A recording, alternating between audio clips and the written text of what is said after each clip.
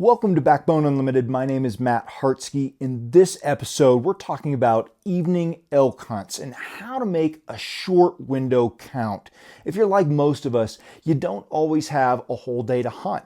You have a job, a family, life pulling you in every direction, and sometimes the only chance you get is those last couple hours before dark.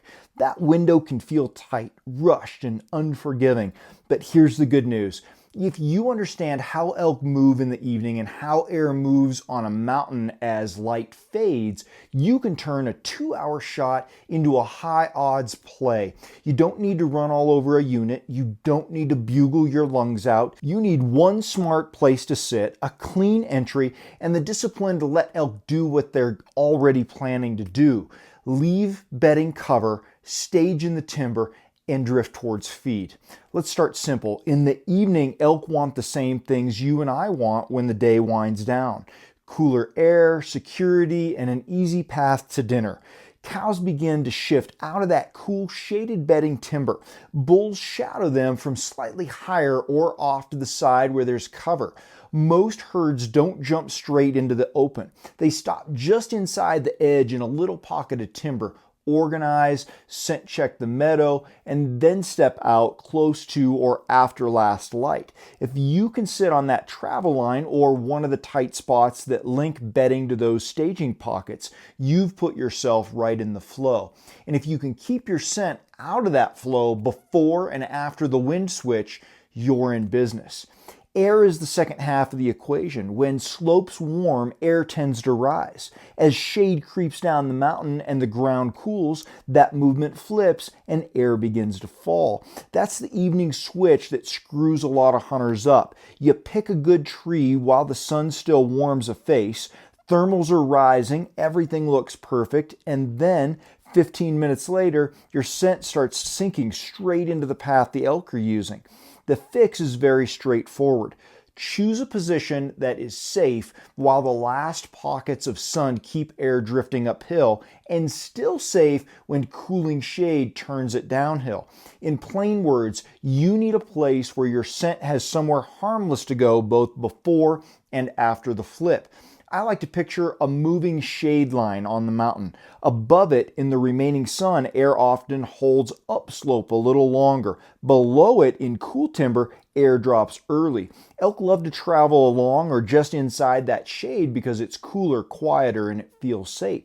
If I anchor my setup on the shade side of that travel with my scent falling into a creek, an empty side draw, or peeling behind a finger ridge, I can often sit tight through the switch without getting busted. That's the goal. Get on the right side of that moving line and dump your scent somewhere it can't hurt you. Now let's talk about where you actually sit. There are a handful of spots that pay over and over when light gets short. The first is a small saddle that links bedding timber to the side hill above, a meadow or opening. Elk are big animals, and when they're traveling as a group, they take the path of least resistance. If a shallow dip lets them move without climbing an extra 20 feet, they'll use it. I don't sit in the throat of a saddle. I sit on the downwind shoulder of it so my scent slides into an empty side drain instead of pooling where they walk. If the air is still going uphill when I arrive, I'll hold just above the walking line on the lee shoulder. The moment I feel that steady pull downhill, I slide one tree lower in the same shoulder so my scent cone, falls into that side draw. That little shoulder is a gate. If I keep my scent off the path, elk will thread the notch and I'll have a broadside shot. The second place is a staging pocket about 100 to 300 yards inside the opening. This is exactly where elk like to pause before they step into the open. It might be a gentle bench, a clump of mature timber, or a flat just inside the grass line. I want to be on the downwind edge of that pocket with my scent following into a draw or the head of a small gully, never out into the meadow. The beauty of a staging pocket is you don't need to call elk to it. They're coming anyway. Your job is to be there early, get settled, pre-range your lanes, and sit still. The third place is a creek bottom sink with a side hill trail above it.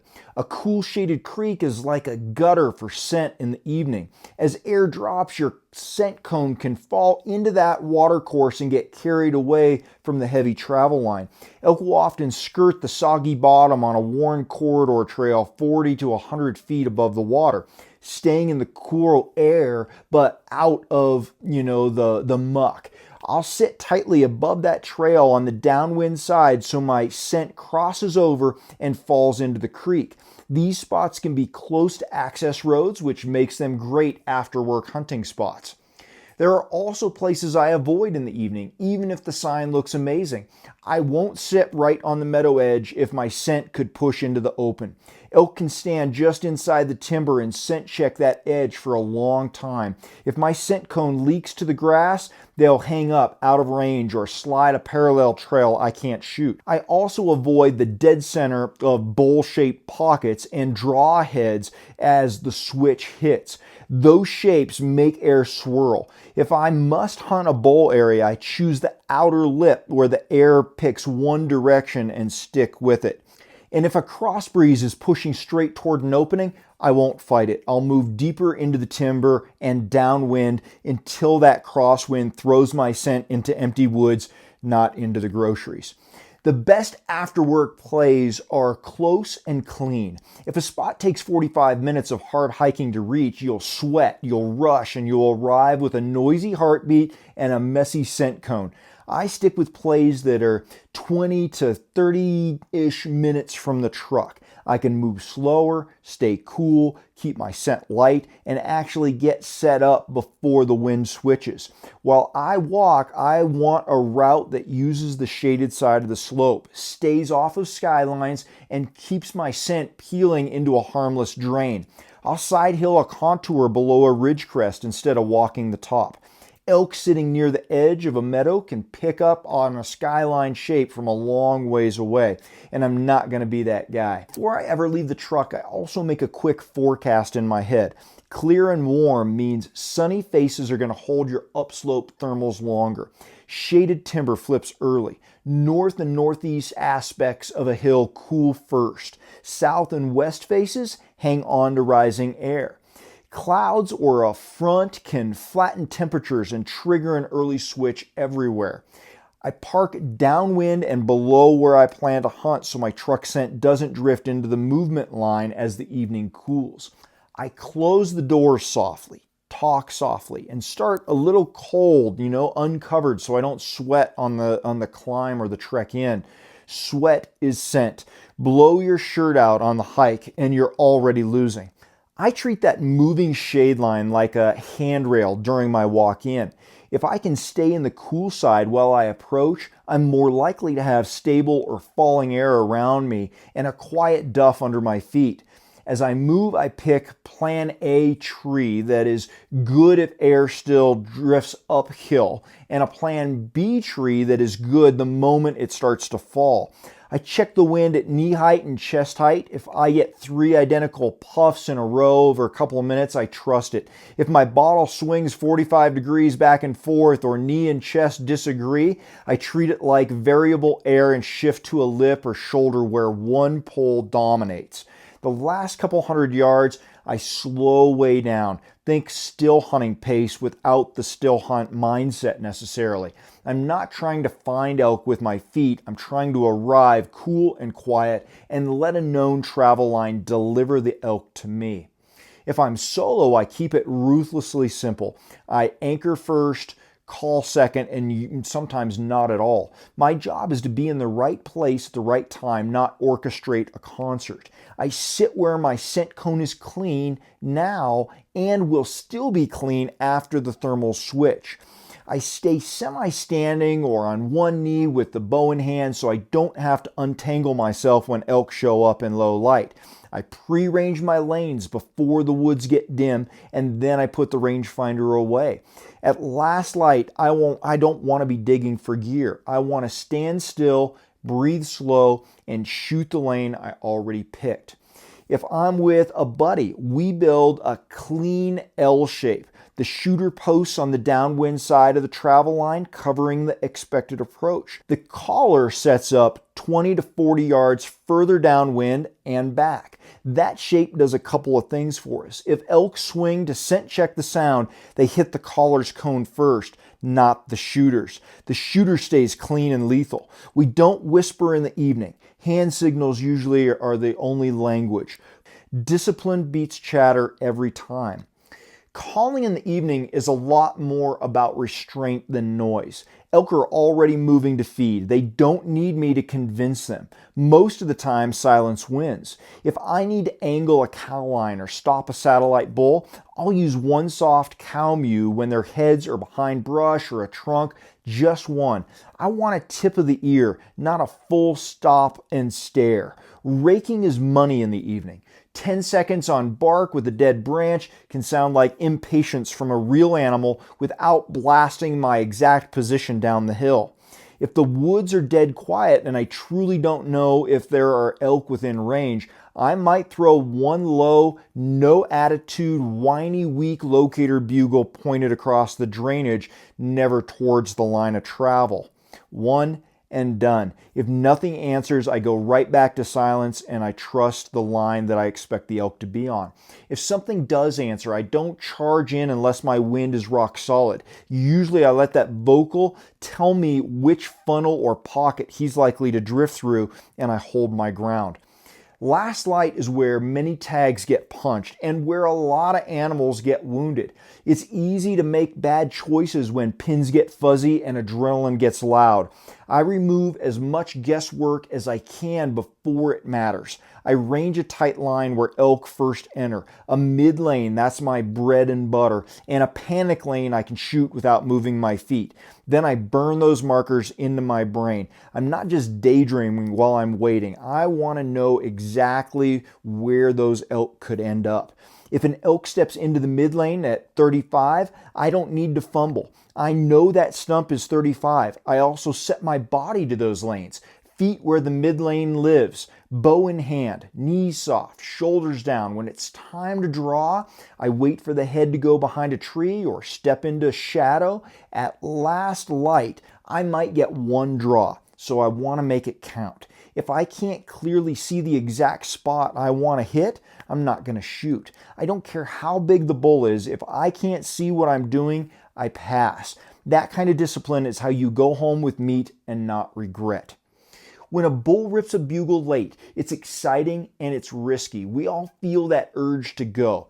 I try to follow a simple rule. If I'm already inside 150, I don't move. I settle and let him walk. If I'm 150 to 250 out and I have cover like a ridge, a creek, a shadow line, I'll close quickly and try to get to 80 to 120 before I set up. If I'm further than 250, time is usually against me at night. I'll mark that spot and make a mental note of where he was headed, and I'll be there at first light. In those final minutes, I don't run a locator bugle. I don't start a big sequence. If I need anything at all, it's a quiet mew to stop him in a lane or a short rake to make him pause. Shade is my friend. I'll slide to the cool side of the travel where animals prefer to move at last light, and I adjust with the air. If it's still going up, I stay a little above and off to the side. If it's falling, I drop just below and I keep my scent cone in that drain. Quiet evenings can get in your head. You question your spot. You think about checking one more pocket. That move is where a lot of hunters burn their chance. I try to stay put if three things are true. My wind is still safe, I'm sitting on a real travel corridor, and I've got 20 minutes or more of legal light left with lanes I can shoot through. If those three are true, I trust my homework and I give it time. I'll make a small slide only if the wind breaks into the travel line. If my scent pools with dead air, if I realize I'm clearly out of range and I already picked a better tree, or if I hear quiet movement just off my current angle. I'm not hiking, I'm nudging, right? Let's talk about what happens after the arrow or the shot, because in the evening, this part matters a lot. As soon as I release, I mark where I stood, I look and I listen more than I move, I note the direction of travel that the elk was headed in. If I didn't watch him fall, I'm going to wait a minimum of an hour, right?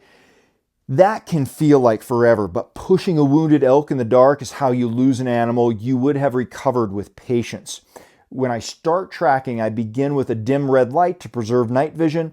I mark small sign with tape, always also on X. I move slow and steady. If I'm with a buddy, we make jobs clear. One tracks, one marks the route and looks up often so we don't walk past the sign.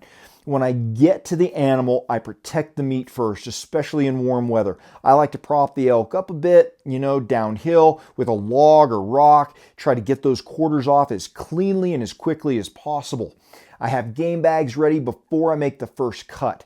If your temperatures are up, I like to bone those quarters out to speed the cooling. The hide gets off early, meat goes off the ground and into the air as soon as I can manage it.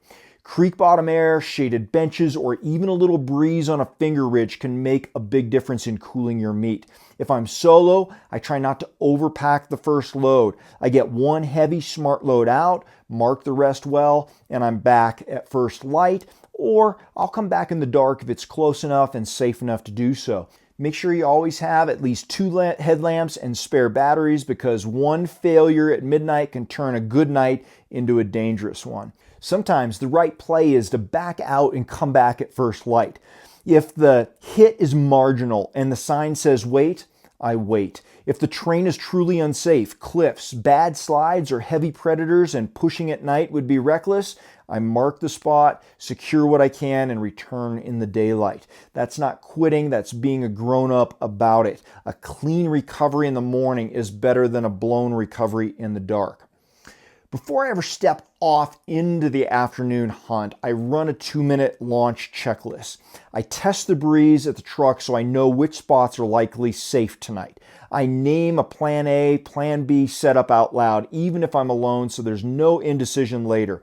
I strip gear down to evening essentials: bow, arrows, wind checker, rangefinder, headlamps with spares, kill kit, your game bags, all that good stuff, making sure you've got your GPS in your phone, your offline maps, some water, snack, drop the dead weight. Get rid of the spotters, the cook kits, the extra layers that you're not going to use, mark your truck, get going. It's simple, but it can save you time on your evening hunt. Now, here are the mistakes I see over and over again on short evening missions and the simple fixes we can use for them. A lot of times guys push too far, too fast, and arrive sweaty and loud. The fix is to hunt close, access setups that put you between bedding and feed without a race. Guys that ignore the switch and stay above the trail when air starts dropping, right? That's a big no-no. The fix is to pre-pick a lower tree and move the instant the bottle shows steady downhill thermals. Guys call like it's morning and pull attention right into their scent.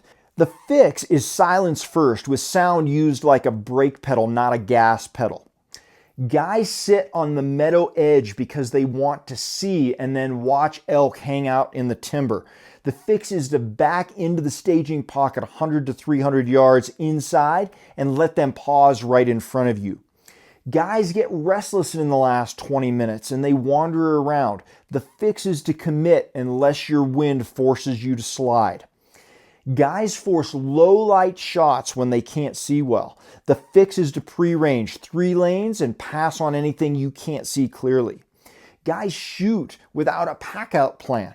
The fix is to carry the right gear, have a meat plan, and shoot only when you can recover cleanly.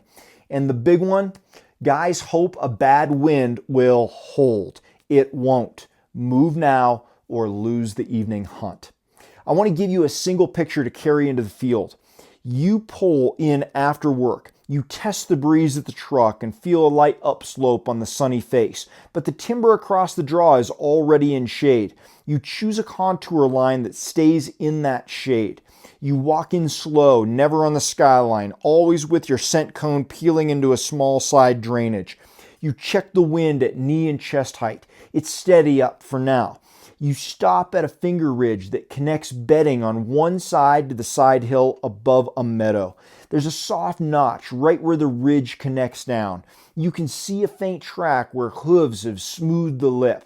You sit on that downwind shoulder, not in the throat of the saddle, with your scent riding up and behind you. You pre-range the approach and the far side of the notch. You settle. You watch the shade line slide. You feel that little pause in the air. You test again and get 3 solid puffs downhill. So you get up, you slide 1 tree lower on the same shoulder, and now your scent cone dumps into the empty draw. You breathe. You hear 1 soft mew from inside the timber. Hoof steps on duff. The first cows appear on the lip. The bull doesn't say a word, but his antlers flash once between 2 trees.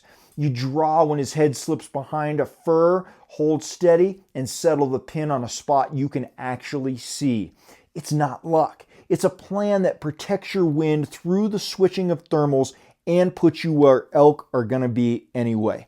That's the heart of it. Evening hunts reward discipline. You don't need to do more. You need to do less, but do it right. Pick 1 lethal place. Protect your scent cone. Trust the travel route that you've picked. Let elk be elk. They will move from bedding to feed. Your job is to be waiting where that movement funnels past you, and with a clean wind and a calm mind, you execute. If this helped you and you want to go deeper into backcountry strategy, fitness that actually prepares you for the mountains, mindset that holds up when things get hard, gear breakdowns that save you money in pounds, and access to a community that pushes you forward, then I want to invite you to join us on Team Backbone.